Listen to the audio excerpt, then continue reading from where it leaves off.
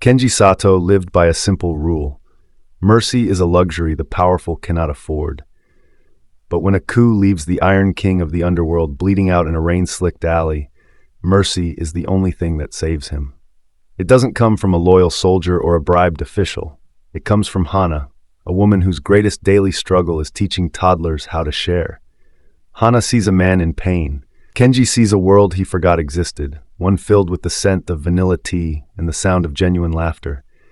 But the shadows of his past are long and hungry. When a black SUV creeps past Hana's apartment, Kenji realizes his angel is now in the crosshairs of the city's most dangerous men. To save her, he can't be a king anymore. He must be a shield. He trades his custom suits for a simple black blazer and takes a job as her silent shadow. By day, he helps her carry school supplies and learns to smile. By night, he stalks the streets, eliminating threats before they ever reach her doorstep. He will burn his old empire to the ground to keep her world bright. But can he keep his bloody hands hidden from her forever? The rain in the city didn't just fall, it judged. For Kenji Sato, the cold water washing over his face felt like a final sentence.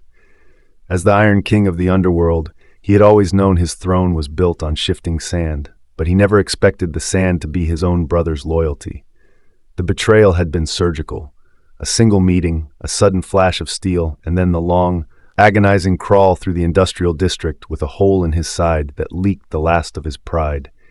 He collapsed against a row of overflowing trash bins, the scent of rot mingling with the metallic tang of his own blood. His vision blurred, turning the neon signs of the city into bleeding smears of red and blue. He closed his eyes, waiting for the dark to take him, thinking that a man who had lived by the blade deserved to die in the gutter. Then, the rain stopped hitting his face.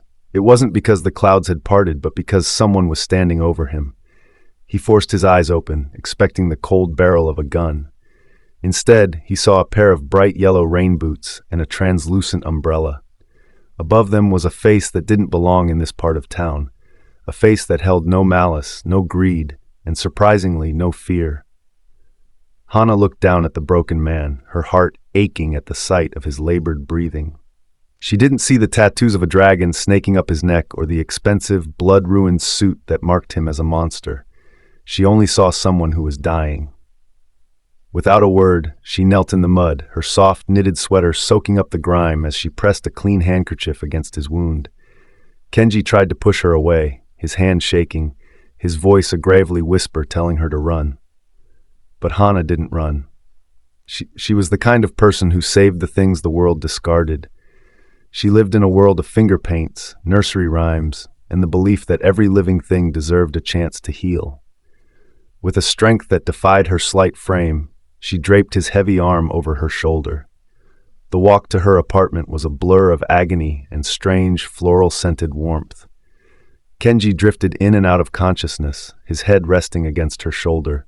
He heard her humming a soft, rhythmic tune, a lullaby she used for the children at the preschool, and for a moment, the roar of the Mafia war in his head fell silent. When they reached her small studio apartment, the contrast was jarring. Kenji was a creature of sharp edges and cold marble. Hana's home was a sanctuary of soft pillows, overflowing bookshelves, and the faint, sweet smell of vanilla tea. She laid him on her sofa, her movements calm and deliberate. She didn't ask how he got shot. She didn't ask why a man with his aura was dying in a dumpster. She simply fetched her first aid kit and a bowl of warm water. As she cut away his shirt to reveal the jagged wound, her breath hitched for only a second at the sight of the ink and the scars that told a story of 1,000 battles. She didn't judge. She just began to clean the wound, her touch so gentle that Kenji felt a different kind of pain, the ache of a man experiencing kindness for the first time in 40 years. He watched her through half-lidded eyes, wondering if he had actually died in that alley and if this was some strange, peaceful purgatory. As the warmth of the room finally began to seep into his bones, the Iron King felt something he hadn't felt since he was a child. Safe. Kenji awoke to the sound of a whistling kettle and the soft, rhythmic clinking of a ceramic spoon against a mug. For a moment, his hand flew to his waist, searching for the cold steel of the Beretta that usually lived there. but his fingers met only the soft cotton of a borrowed blanket and the thick padding of bandages. The sharp, searing pain in his side reminded him of the previous night's brutality, but the air in the room didn't smell like gunpowder or rain-slicked asphalt. It smelled of honey and toasted bread. He sat up slowly, his muscles protesting with every inch of movement, and surveyed the small sanctuary. Sunlight streamed through the windows, illuminating dust motes dancing over a collection of mismatched potted plants.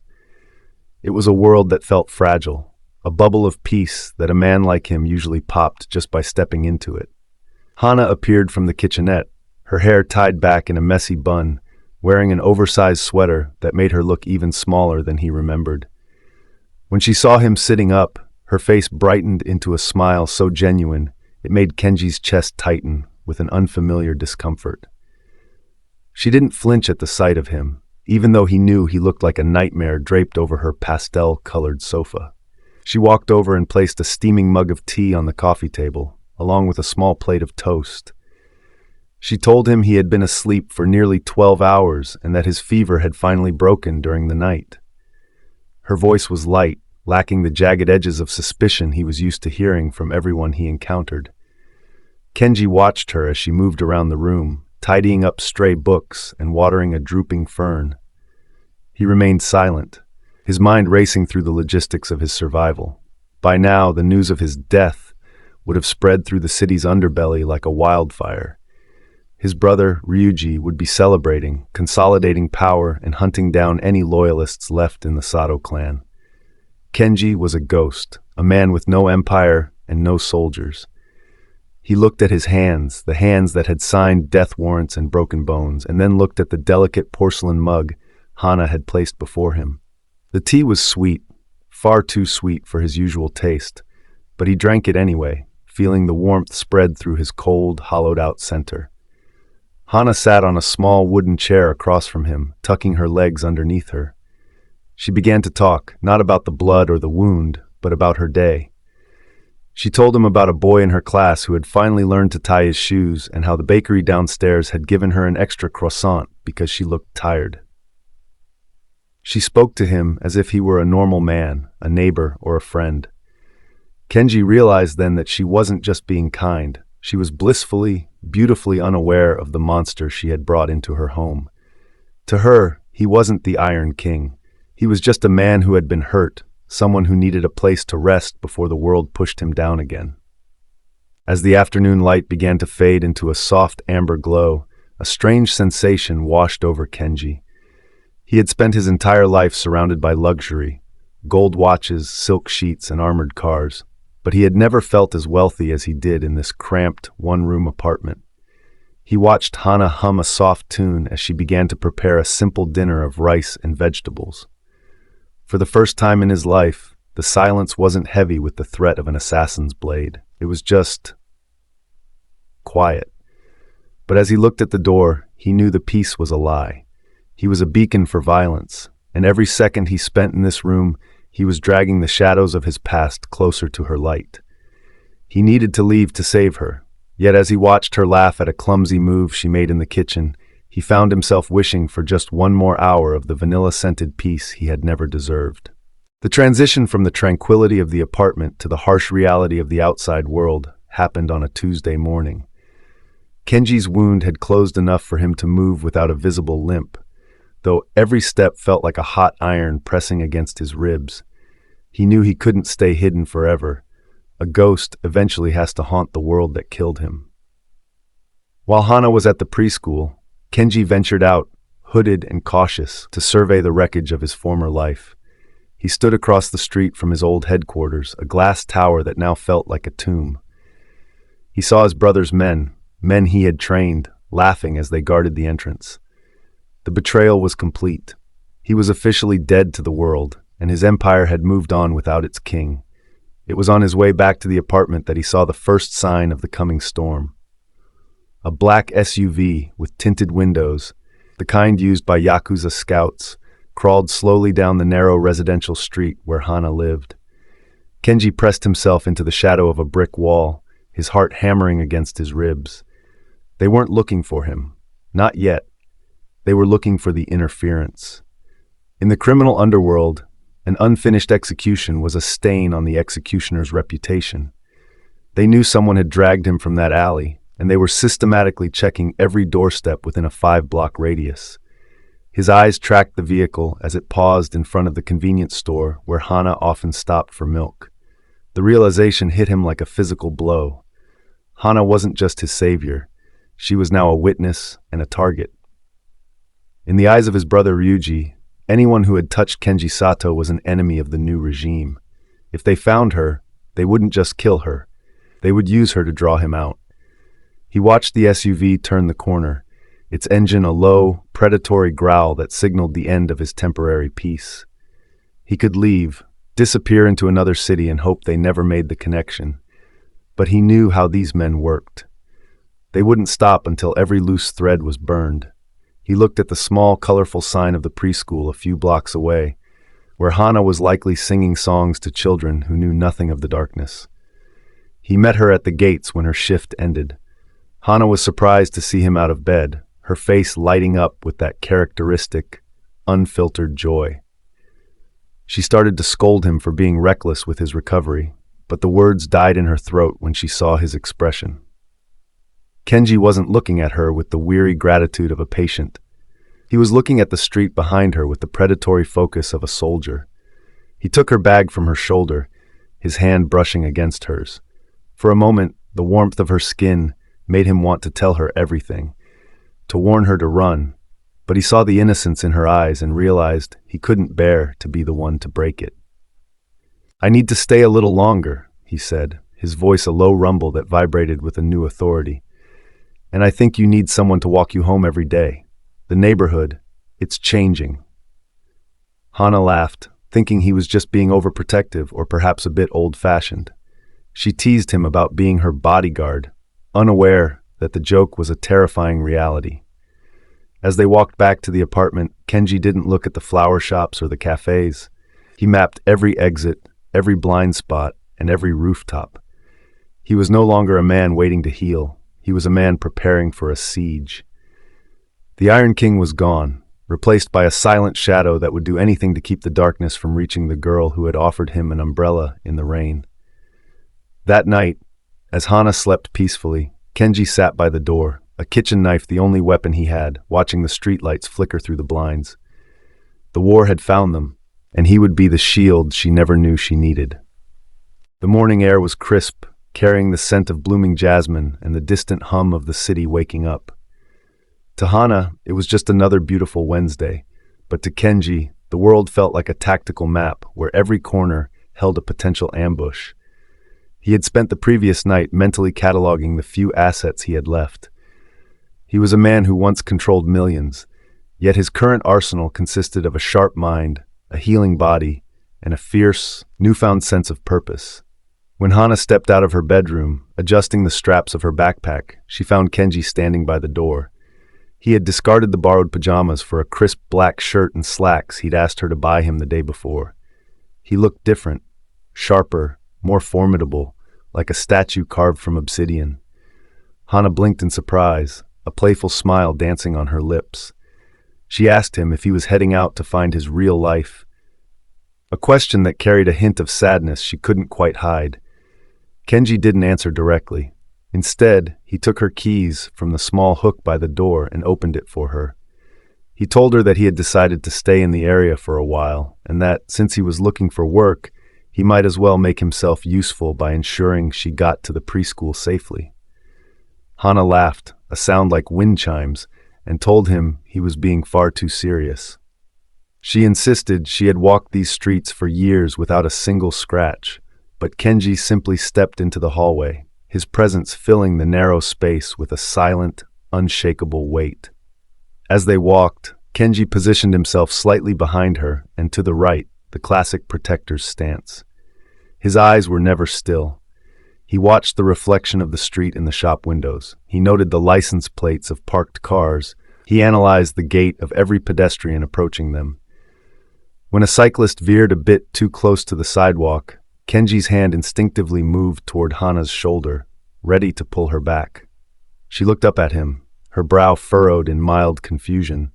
But when she saw the intensity in his gaze, she didn't tease him. There was something in the way he moved, a lethal grace that commanded respect, that made her feel strangely cherished, as if she were a precious artifact he had been tasked to guard.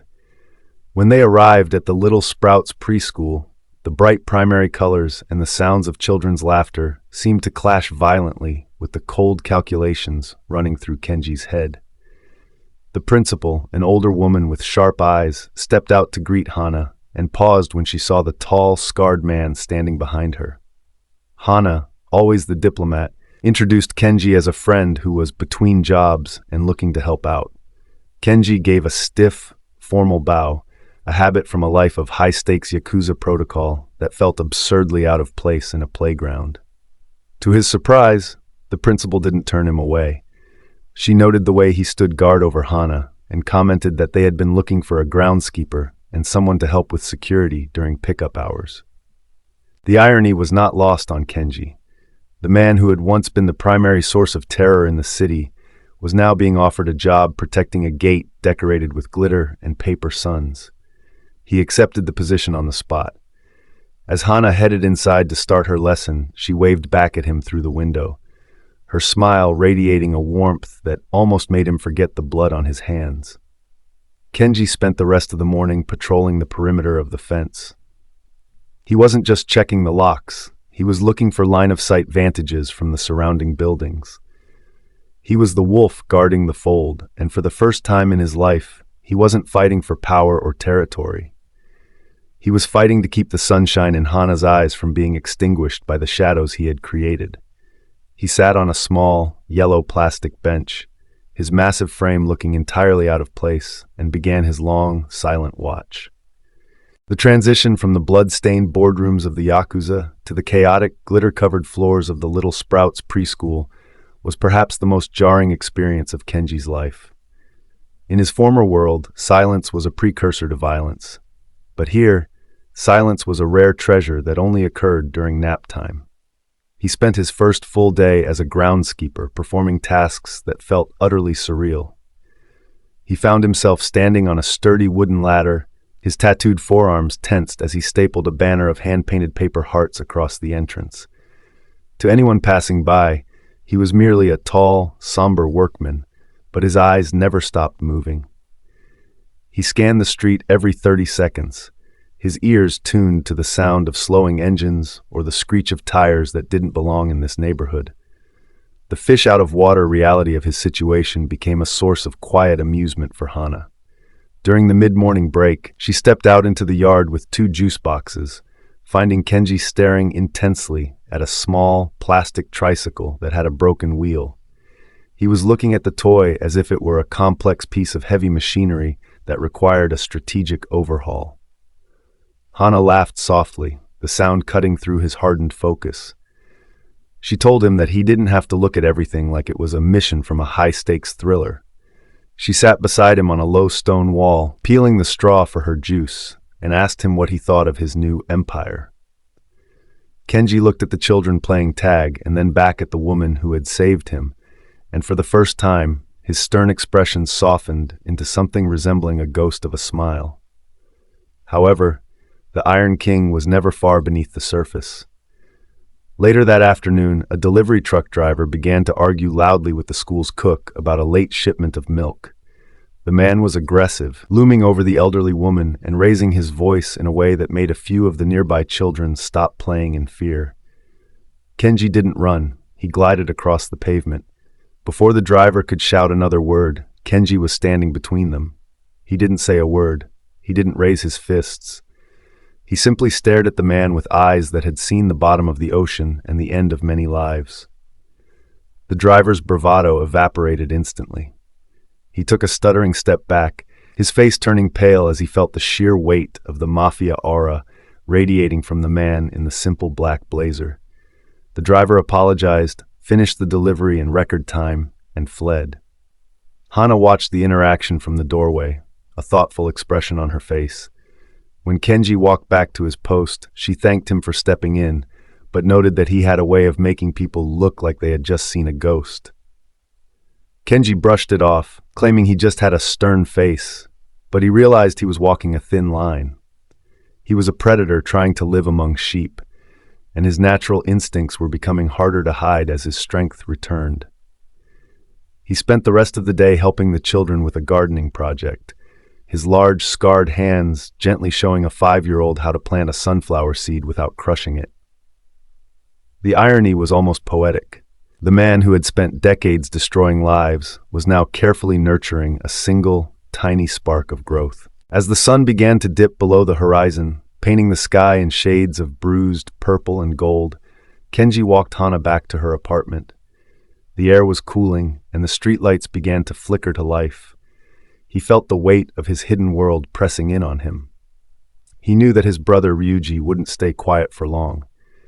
The scouts would be reporting back, and eventually they would realize that the man who had disappeared hadn't died, but had found something worth living for. As they reached Hana's door, she invited him in for vanilla tea, her presence a glowing hearth in the encroaching dark. Kenji looked at the street one last time, his hand resting on the doorway like a shield. He knew the peace of the preschool was a temporary miracle, but as he stepped inside, he vowed that as long as he drew breath, the smell of gunpowder would never replace the scent of her vanilla tea. The neighborhood surrounding Little Sprouts was generally quiet, a patchwork of elderly residents and young families, but every ecosystem has its parasites. Chapter 6 began with the arrival of a heat wave that seemed to shorten everyone's temper, including a group of local delinquents who had recently started loitering near the park adjacent to the school. They were low-level predators, the kind who thrived on intimidation and the silence of those too afraid to speak up.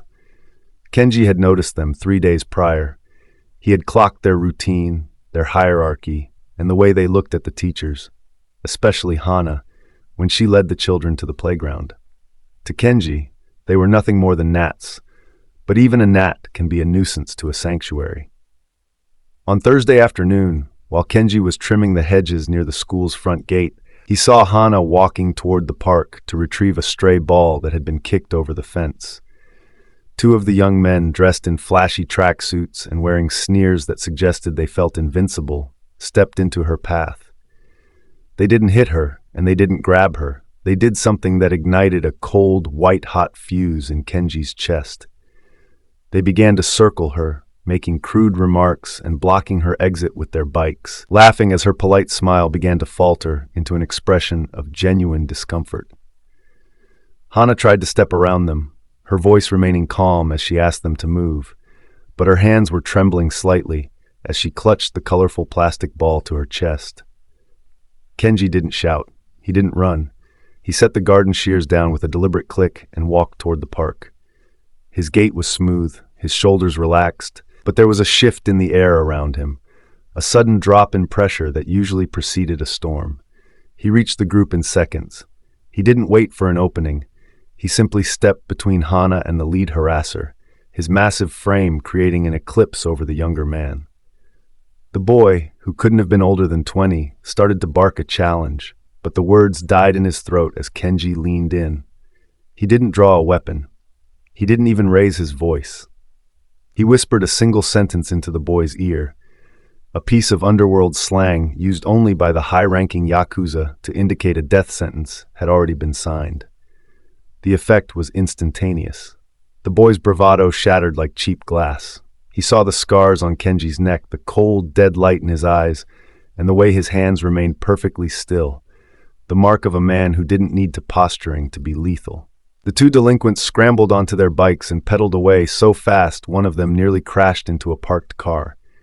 Hana stood there, blinking in the sudden silence, the tension leaving her shoulders in a long, shaky breath. She looked up at Kenji, her eyes wide with a mix of relief and a new, unsettling curiosity. She asked him what he had said to make them run like that, her voice small and wavering. Kenji turned to her, his expression instantly shifting back into the stoic, protective mask he wore for her. He took the plastic ball from her hands and told her he had simply reminded them that the park was for children, not for boys who hadn't learned their manners. He lied with the ease of a man who had spent his life in the shadows, but as he walked her back to the safety of the school fence, he felt the weight of his own lie. He saw the way she looked at him, no longer just as the man she had saved, but as someone who possessed a darkness she couldn't quite name. It was a crack in the porcelain of her innocence, a small one, but it was there. That evening, as they walked home, the air was still thick with the lingering heat. Hana was quieter than usual, her hand occasionally brushing against his arm as if to ground herself. Kenji stayed alert, his eyes scanning the rooftops and the alleyways. He knew that by intervening, he had drawn a tiny bit of attention to himself. In the underworld, power has a scent, and he had just released a trail of it. He looked at Hana's profile, her soft features illuminated by the orange glow of the setting sun, and felt a pang of profound selfishness. He wanted to stay in her light forever, but Chapter 6 was the beginning of a hard truth. A shield can protect the body, but its very presence eventually alerts the world that there is something worth attacking. He tightened his grip on the groceries he was carrying, his mind already calculating how much longer he could play the part of a simple man before the king had to return. The humidity of the heat wave finally broke, replaced by a sudden, cooling drizzle that blurred the city's neon lights. In the quiet of Hana's apartment, the atmosphere felt heavy with things left unsaid. While Hana was in the shower, Kenji sat at the small kitchen table, meticulously cleaning a pair of heavy-duty shears he had brought home from the school.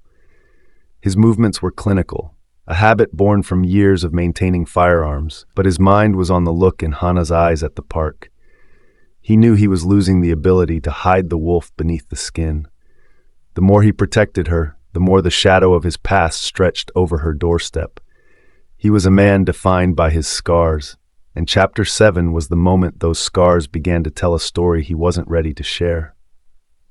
The shift happened when Hana emerged from the bathroom, rubbing her damp hair with a towel. She tripped slightly over the corner of the rug, her hand reaching out to steady herself against the wall. In her stumble, she knocked over a heavy ceramic vase, one she had filled with the sunflowers Kenji had helped her pick. The vase shattered against the floor with a sharp, explosive crack. The sound was too similar to a suppressed gunshot. In an instant, Kenji was across the room. He didn't think, he reacted. He tackled Hana to the floor, shielding her body with his own, his eyes locked on the door with a terrifying, predatory intensity. He remained there for several long seconds, his breathing shallow and jagged, his muscles coiled like a spring ready to snap. When the silence of the room remained unbroken by anything but the ticking of the clock, Kenji realized his mistake. He looked down and saw Hana's face inches from his own. She wasn't hurt, but she was trembling, not from the fall, but from the raw, violent energy radiating from him. He saw his own reflection in her wide brown eyes, and for the first time he saw a monster. He slowly let go of her, his hands shaking as he pulled back. He stood up and began to frantically pick up the shards of the vase, his fingers bleeding as the sharp porcelain sliced his skin, but he didn't seem to feel it. He was desperate to fix the mess, to hide the evidence of his hair-trigger instincts. "Kenji, stop," Hana whispered, her voice cracking the heavy silence. She reached out and took his hands in hers, forcing him to look at her. She saw the fresh blood on his palms and the old, jagged scars that ran up his arms, scars that didn't come from accidents or surgery. She saw the dragon tattoo peeking out from beneath his collar, a symbol of a world she only knew from terrifying news reports. She didn't pull away. Instead, she led him to the sink and began to wash the cuts, her touch as gentle as the day she had found him in the rain. She asked him who he was, her voice devoid of judgment but filled with a profound, aching sadness. Kenji looked at the water swirling down the drain, pink with his blood. He told her a version of the truth, that he was a man who had done terrible things for people who didn't care if he lived or died. He told her that his real life was a place of darkness and that she was the only light he had ever known. He expected her to be afraid, to ask him to leave, to call the police. But Hana just leaned her head against his shoulder. She told him that she didn't care about the man he used to be. She only cared about the man who guarded the preschool gate and helped children plant seeds. But the moment of intimacy was shattered by a low, rhythmic thrumming from the street below. Kenji froze. He recognized the sound of a high-performance engine idling, the same black SUV from the previous week. He moved to the window, pulling the blinds back just a fraction of an inch. There it was, parked directly across from the apartment. The driver didn't move and the lights remained off, but Kenji knew. They weren't scouts anymore. They were a welcoming committee. His cover was officially blown. He turned back to Hana, the soft vulnerability in his eyes replaced by a cold, metallic resolve. The Iron King had returned, not to reclaim a throne, but to defend a sanctuary. He realized then that he couldn't lie anymore. The storm wasn't coming. It was already at the door. He took Hana's hand, his grip firm and protective. "Get your coat," he said, his voice a low, commanding rumble. "We have to move, now." The night became a labyrinth of shadows as Kenji led Hana through the back exit of the apartment building, bypassing the front lobby where the black SUV sat like a patient predator. The drizzle had turned into a steady, rhythmic drumming against the metal fire escape, masking the sound of their hurried footsteps. Hana didn't ask questions. The sheer gravity of Kenji's presence told her that the time for words had passed. He moved with a terrifying grace, his eyes scanning every rooftop and darkened alleyway with the calculated precision of a man who had spent his life navigating the architecture of death. He wasn't just walking. He was hunting for the safest path through a city that had suddenly become a cage. They reached a parked car 3 blocks away, an unremarkable sedan Kenji had secured days ago for this exact scenario. He ushered Hana into the passenger seat, his movements urgent but controlled. As he pulled into the light traffic, he watched the rearview mirror with a focus that made the air inside the car feel heavy. He saw the headlights of the SUV swing into view 2 cars behind them. They were being followed, but not aggressively. His brother Ryuji was playing with his food, savoring the moment the Iron King was finally cornered. Kenji's knuckles turned white against the steering wheel, his mind racing through tactical retreats and defensive perimeters. "Where are we going?" Hana asked, her voice small but surprisingly steady. She was clutching her backpack, the one filled with lesson plans and colored markers, a stark contrast to the violence trailing them. Kenji looked at her, and for a fleeting second, his heart ached. He was dragging her into the belly of the beast. He told her they were going to a safe house, a place his brother didn't know about, but he knew it was a temporary fix. Ryuji wouldn't stop until he saw Kenji's head on a platter, and anyone standing next to him was considered collateral damage. The realization that he had endangered her purity, the very thing he worshipped, fueled a cold, diamond-hard rage in his chest. The gathering storm reached its crescendo as they pulled into an abandoned warehouse district on the outskirts of the city. The towering structures of rusted steel and broken glass provided the perfect terrain for a man of Kenji's skills. He parked the car deep inside a darkened loading bay and led Hana to a small, reinforced office in the center of the building. He gave her his jacket, which smelled of his cologne and the faint, lingering scent of the preschool's garden. He told her to stay inside, to lock the door, and not to open it for anyone but him. He didn't tell her that he was about to do the things she had spent her life believing were. A voice called out from the darkness, Ryuji's voice, slick with arrogance and the smell of expensive cigars. He mocked Kenji for playing house with a common schoolteacher, promising to make her watch as he finished what he started in the alleyway. Kenji didn't respond with words. He stepped into the light, his shadow stretching long and menacing across the concrete. He looked like a god of war carved from the very darkness he inhabited. The hunt was over, and the war had begun. He took a breath, the cold air filling his lungs, and prepared to show his brother why the Iron King had never needed a crown to rule the night. As the first assassin stepped forward, Kenji moved, a blur of lethal intent, fueled by the desperate need to keep the world's dirt away from the only person who had ever seen him as a man. The air in the warehouse was thick with the scent of old grease and impending violence. Kenji stood in a pool of moonlight, his silhouette a jagged tear against the darkness. Across the concrete floor, 6 silhouettes emerged, led by Ryuji, who stepped forward with a smile that didn't reach his eyes. The younger brother held a gleaming katana, the steel reflecting the moonlight like a sliver of ice. He signaled his men to fan out, a tactical circle meant to trap a wounded animal. But Kenji was no longer wounded. He was a man who had found something more dangerous than ambition to fight for. He was a man who had everything to lose, and that made him the most lethal person in the room. The first two assassins rushed forward, their movements fast but predictable. Kenji didn't waste energy on elaborate flourishes. He met the first man with a brutal, short-range elbow to the throat, the sound of collapsing windpipe echoing in the hollow space. As the second man swung a heavy iron pipe, Kenji stepped into the arc, catching the man's wrist and twisting it until the bones snapped with a sickening pop. He took the pipe and used it as an extension of his own arm, a whirlwind of blunt force efficiency. He moved with a cold, mechanical precision, his eyes never leaving Ryuji, even as he systematically dismantled the men sent to kill him. He was a force of nature, a landslide of vengeance that left only broken bodies in its wake. Hana sat huddled in the small office, her hands pressed against her ears. She could hear the rhythmic thud of impacts, the guttural cries of pain, and the sound of shattering glass. It was a symphony of a world she didn't understand, a world that felt like a nightmare she couldn't wake up from. She thought of the Kenji who had carefully planted sunflowers and the Kenji who had shared vanilla tea with her. She realized with a pang of terror that this version of him, the one screaming into the night with the sound of breaking steel, was the shield he had built to protect her quiet life.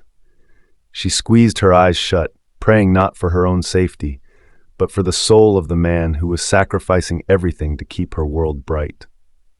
Ryuji, seeing his men falling like wheat before a scythe, lost his composure. He lunged forward with a roar of frustration, his katana whistling through the air. Kenji didn't retreat. He parried the blade with the iron pipe, the sparks flying like miniature stars in the gloom. The two brothers engaged in a frantic, desperate dance, the clatter of metal on metal filling the warehouse. Ryuji was younger and faster, but Kenji had the weight of 1,000 battles and the desperate fury of a guardian. He took a shallow cut across his chest, the white shirt he wore staining crimson, but he didn't flinch. He drove Ryuji back, blow by heavy blow, until the younger man was backed against a stack of wooden crates.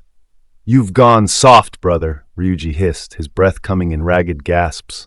"All for a girl who teaches children to sing? You're pathetic." Kenji didn't answer with words. He dropped the pipe and caught the blade of the katana with his bare hand, the steel biting deep into his palm. Before Ryuji could react to the insanity of the move, Kenji delivered a crushing headbutt that sent his brother reeling. He followed it with a series of devastating strikes that finally brought the usurper to his knees. Kenji stood over him, blood dripping from his hand, the Iron King fully restored in the moonlight. He looked down at the man who had betrayed him, his face a mask of cold, terrifying resolve. The warehouse fell silent, the only sound the heavy breathing of the two men. Kenji looked at the office door, his heart aching for the woman inside. He had won the war, but he knew he had lost the lie. He dropped the broken sword at Ryuji's feet and told him to take his men and never return to this city. He didn't kill him. He did something worse. He left Ryuji with the shame of being spared by a man he thought was weak. As the survivors scrambled to retreat into the night, Kenji turned toward the office. He wiped the blood from his face as best he could, but as he reached for the door handle, he hesitated. He was the monster again, and he didn't know if the girl who loved sunflowers would ever let him back into the light. The silence that followed the departure of the Yakuza was heavier than the violence itself. Kenji stood in the middle of the warehouse, his chest heaving, the adrenaline slowly draining away to leave a cold, hollow ache in its place. He looked down at his ruined hands, the right one sliced deep from Ryuji's blade, the left bruised from the impact of the night. He was covered in the dust and grime of a world he had tried to bury, a stark contrast to the pristine white of the shirt Hana had bought for him. He took several deep breaths, forcing his heart rate to slow, trying to find the man who had planted sunflowers before he opened the door to the office. He didn't want her to see the Iron King. He wanted her to see Kenji. When he finally turned the handle, the door creaked on its hinges, a small sound that felt like a thunderclap in the stillness. Hana was standing in the corner, her back against the wall, her eyes wide and wet with tears. As he stepped into the light of the small desk lamp, she gasped, her hand flying to her mouth at the sight of his bloodied form. For a long, agonizing minute, Neither of them spoke. Kenji stayed by the door, making himself as small as a man of his stature could, waiting for the rejection he felt he deserved. He expected her to scream, to run, or to look at him with the same soul-deep fear his enemies felt. Instead, Hana moved. She didn't move toward the exit, she moved toward him. She reached out, her fingers trembling as she touched the edge of his torn sleeve. When she saw the deep gash in his palm, she didn't recoil. She simply took his hand in hers and led him to the small chair by the desk. Without a word, she pulled a bottle of water and a clean scarf from her backpack, the same backpack that held drawings from 5-year-olds, and began to wash his wounds. Her silence wasn't cold, it was a sanctuary. She worked with the same gentle focus she had shown in the alleyway, and Kenji felt something break inside him. The armor he had worn for 20 years finally shattered, and he let out a jagged, broken breath that sounded like a sob. "It's over," he whispered, his voice thick and raw. "They won't come back. I've made sure of it." He looked at her, searching for the moment her innocence would turn to judgment. He told her that he couldn't go back to the preschool, that a man with his face and his history had no business being near something so pure. He started to tell her that he would find a way to ensure she was safe and then disappear, but Hana stopped him. She pressed a finger to his lips, her eyes shining with a fierce, quiet strength he hadn't realized she possessed. She told him that the man who fought in the dark was a stranger to her, but the man who had protected her and her students was someone she wasn't willing to lose. The sun began to rise as they left the warehouse district, the sky bleeding into a soft, hopeful pink. They didn't go back to the high rises or the hidden mansions of the underworld. They drove back toward the small, colorful neighborhood where the sunflowers were just beginning to bloom in the preschool garden. Kenji realized then that his reward wasn't a throne or a mountain of gold. It was the ability to walk down a street without looking over his shoulder. He had traded his empire for a simple life, a black blazer, and the smell of vanilla tea. He had been a man who had everything and realized it was nothing. Now, he was a man with a simple job and a quiet home, and he had never felt more powerful. Months later, the Iron King was a name spoken only in whispers in the city's darkest corners, a legend of a man who vanished into thin air. But at Little Sprouts, the children knew a different story. They knew Mr. Kenji, the tall, quiet groundskeeper who always made sure the gate was locked and the flowers were watered. They knew him as the man who walked Miss Hana home every single day, holding her hand with a grip that was both incredibly strong and impossibly gentle. As Kenji sat on his usual yellow bench, watching Hana lead the children in a song, he looked at his scarred hands and smiled. He was no longer a boss, and he was no longer a ghost. He was exactly where he was meant to be, the silent guardian of the girl who had saved him when he had nothing, and gave him the world in return.